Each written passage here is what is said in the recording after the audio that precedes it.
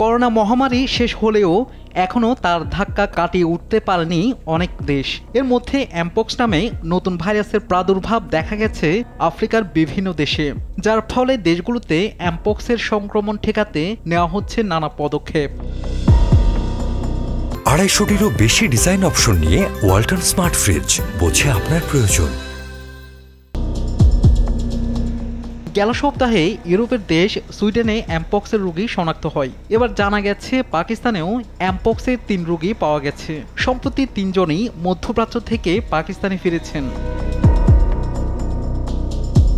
গণতান্ত্রিক কঙ্গো প্রজাতন্ত্রের মতো পশ্চিম এবং মধ্য আফ্রিকার গ্রীষ্মমণ্ডলীয় রেইন ফরেস্ট সমৃদ্ধ দেশের প্রত্যন্ত গ্রামগুলোতে অ্যামপক্স সবচেয়ে বেশি দেখা যায়। বর্তমানে অনেকগুলো দেশেই বিভিন্ন প্রাদুর্ভাব একই সঙ্গে দেখা যাচ্ছে, বিশেষ করে কঙ্গো এবং এর প্রতিবেশী দেশগুলোতে।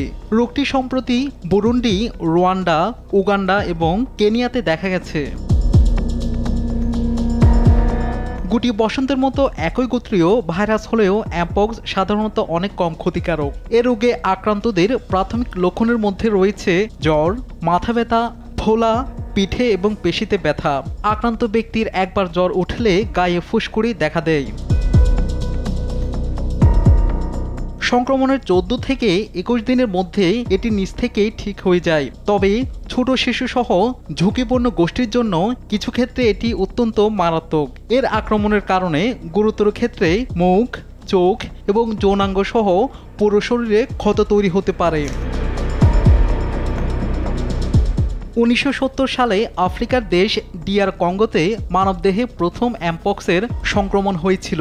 পরে সেটি অন্যান্য দেশে ছড়িয়ে পড়ে। 2023 সালের জানুয়ারি থেকে এখন পর্যন্ত ডিআর কঙ্গোতে প্রায় 27,000 মানুষ অ্যামপক্স আক্রান্ত হয়েছেন।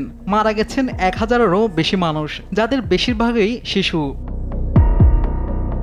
শাহাদাত শাওন, RTV।